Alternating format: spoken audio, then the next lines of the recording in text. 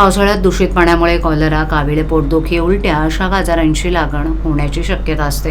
हे आजार टाळण्यासाठी पालिकेनं इमारतींमधील पाण्याच्या टाक्या स्वच्छ करण्याबाबत पुढाकार घेतला असून पाण्याचे नमुने तपासून गळक्या जलवाहिन्या बदलण्यासाठीही ठाणेकरांना आवाहन केलंय.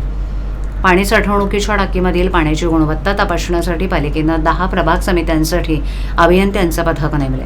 या पथकामार्फत सोसायट्यांच्या पाण्याच्या टाक्यांची तपासणी करण्यात येणार आहे. अवकाळी पावसामुळे ग्रामीण भागासह ठाणे शहराला फटका बसला असून ऊन आणि पावसाच्या या खेळामुळे संसर्गजन्य आजारही वाढलेत.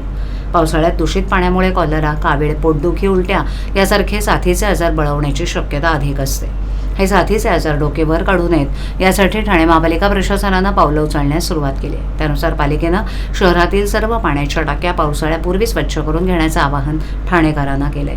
गेल्या 3 वर्षांपासून पालिकेकडून होणाऱ्या पाण्याचा दर्जा खालावत चाललाय. पावसाळ्यात परिसरात साचलेलं पाणी भूमिगत पाण्याच्या टाक्यांमध्ये जात असल्याचं निदर्शनास आलंय.